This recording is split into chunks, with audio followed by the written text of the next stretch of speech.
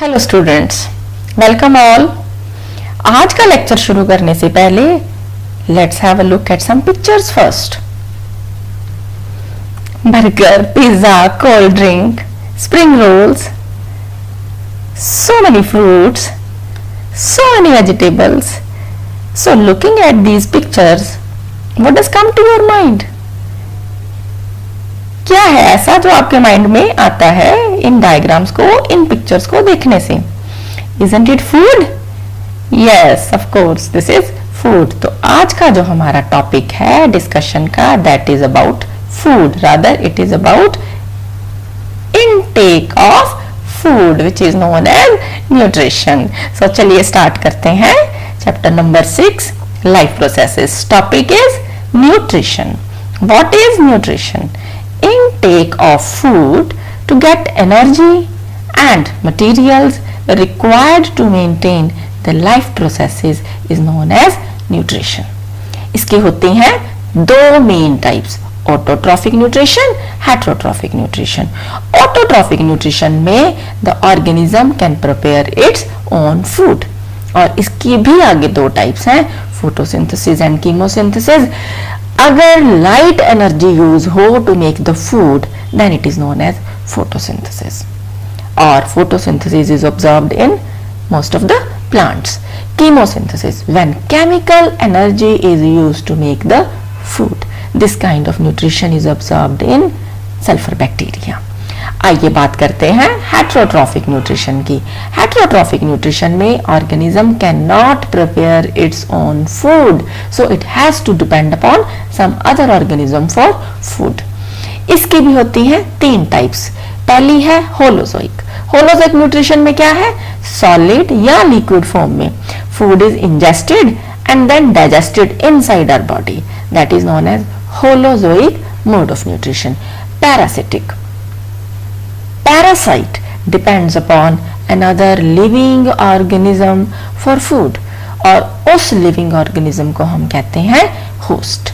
Parasites ectoparasites भी हो सकते हैं जब वो host की बॉडी के बाहर रहते हैं, और parasites endoparasites भी हो सकते हैं जब वो host की बॉडी के अंदर रहते हैं. We can give many examples of parasites like leech, lice, tapeworms. Third kind is saprotrophic mode of nutrition.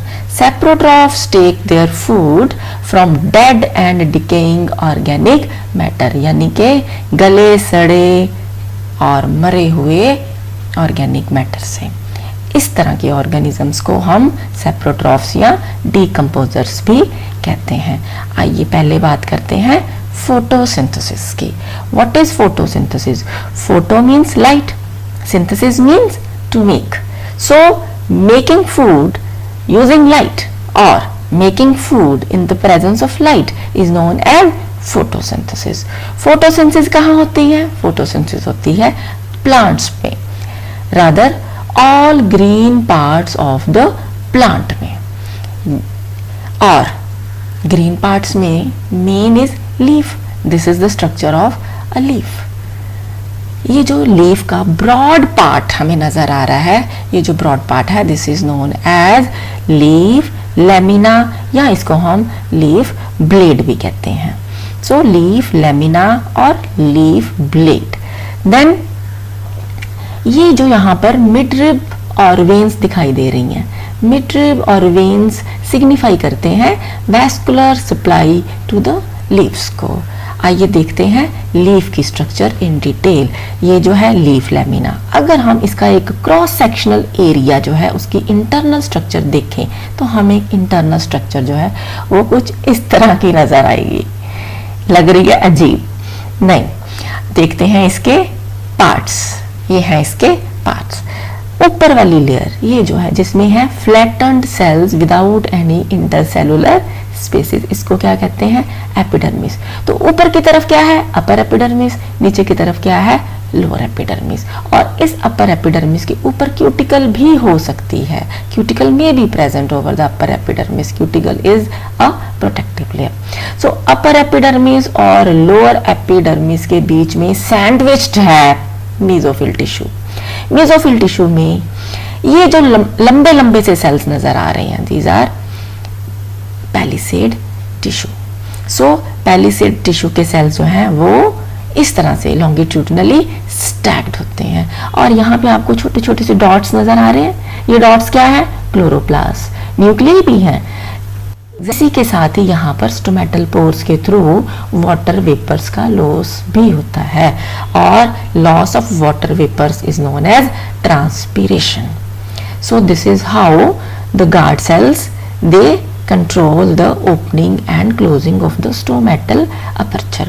What happens normally daytime में stomatal aperture जो है they are kept opened so that gaseous exchange हो जाए, carbon dioxide अंदर आ जाए और photosynthesis हो जाए। और normally during the night time the stomatal apertures are kept closed, but हमेशा ऐसे नहीं होगा। आइए सैर करके आते हैं एक डेजर्ट की, ब्यूटीफुल डेजर्ट।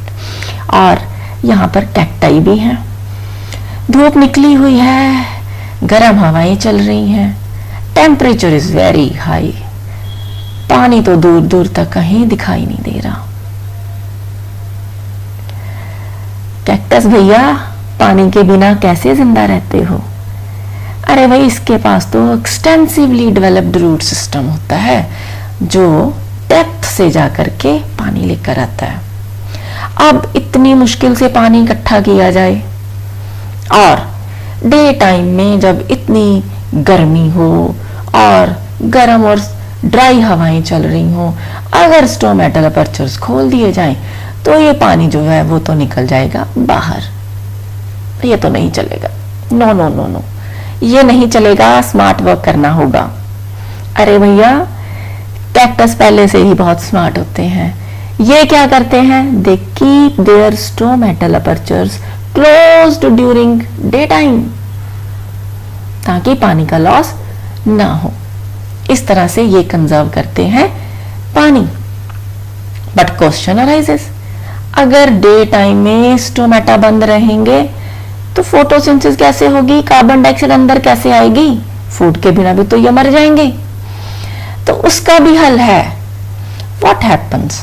डेजर्ट प्लांट्स में रात के टाइम पे स्टोमेटा जो है वो रहते हैं खुले, और कार्बन डाइऑक्साइड जो है वो नाइट टाइम में स्टोमेटल अपर्चर्स के थ्रू अंदर चली जाती है, और इस कार्बन डाइऑक्साइड को एक इंटरमीडिएट फॉर्म में स्टोर कर लिया जाता है। डे टाइम में जब टेम्परेचर बढ़ता है स्टोमेटा हो जाते हैं बंद। अब जब लाइट पड़ेगी क्लोरोफिल के ऊपर, फोटोसिंथेसिस का प्रोसेस स्टार्ट होगा, तो इस intermediate form of carbon dioxide को फिक्स करके कार्बोहाइड्रेट्स में कन्वर्ट कर लिया जाएगा। सो दिन के टाइम में हो जाएगी photosynthesis. So this is how the desert plants और xerophytes work very smartly to conserve water and to perform photosynthesis at the same time. आइए अब देखते हैं क्या फैक्टर्स अफेक्ट करते हैं स्टोमेटल ओपनिंग और क्लोजिंग को। 4 फैक्टर्स हैं, water, light, carbon dioxide and phyto hormones. Sufficient amount of water causes stomatal opening. Obviously cells turgid होंगे और गार्ड सेल्स के टर्जिड होने से, स्वोलन अप होने से स्टोमेटा खुल जाएंगे। Light should be present and carbon dioxide concentration should also be appropriate. इसके अलावा फाइटोहार्मोन्स भी कंट्रीब्यूट करते हैं into the stomatal opening and closing. एक हार्मोन होता है जिसको हम कहते हैं साइटोकाइनिन। साइटोकाइनिन्स क्या करते हैं? स्टोमेटल ओपनिंग कराते हैं, और एब्सिसिक एसिड जो है वो स्टोमेटल क्लोजिंग कराते हैं। सो नॉर्मली डे टाइम में स्टोमेटा ओपन होते हैं, नाइट टाइम में क्लोज्ड होते हैं। But in desert plants reverse happens, day time में stomata are kept closed, night time में स्टोमेटा आर केप्ट ओपन। अब हम पढ़ते हैं स्टेप्स ऑफ फोटोसिंथेसिस के बारे में।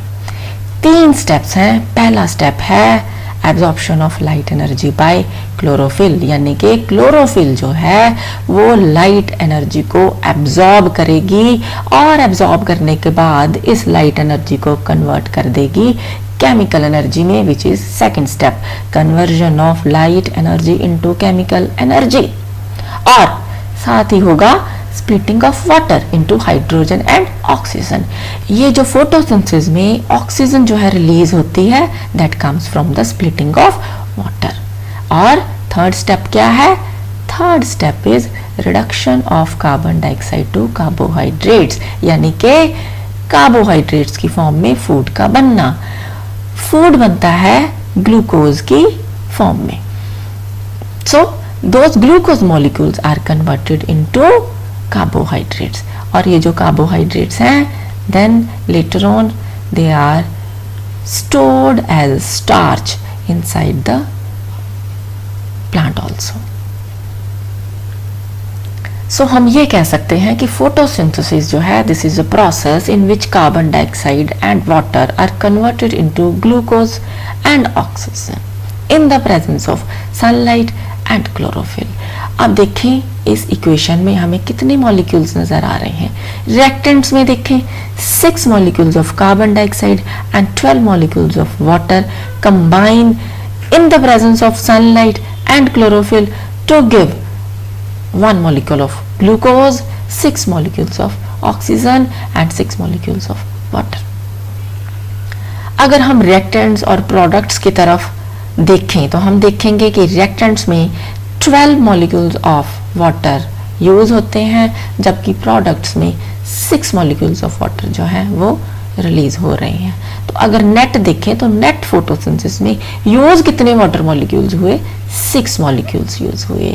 सो photosynthesis is a process of conversion of carbon dioxide and water in the presence of sunlight and chlorophyll into glucose molecules, oxygen and water. ये जो glucose molecules हैं, ये ग्लूकोज मॉलिक्यूल्स पॉलीमराइज करके बनाएंगे carbohydrates. So this is about the equation of photosynthesis. अब देखते हैं overall view of the photosynthesis. एक प्लांट यहां पर हमें दिख रहा है, ये इसका शूट सिस्टम है, ये रूट सिस्टम है। Sunlight is available, so light energy is easily available to the plants. Leaves हैं जिनके अंदर chlorophyll है, so chlorophyll is also available. Stomatal apertures normally day time open होते हैं, जिसके थ्रू कार्बन डाइऑक्साइड जो है वो एंटर करेगी।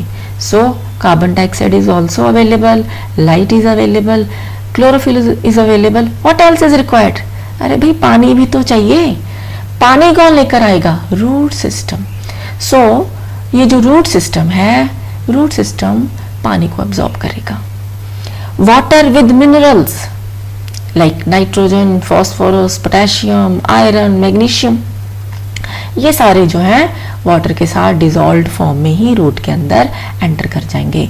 सो रूट हेयर से रूट, और उसके बाद रूट से शूट सिस्टम में जाएंगे, और जो वेस्कुलर बंडल्स हैं उनके अंदर का जो जाइलम है वो हेल्प करेगा in the conduction of water to the leaves के अंदर now water is also available, so all the requirements are fulfilled here in the leaf.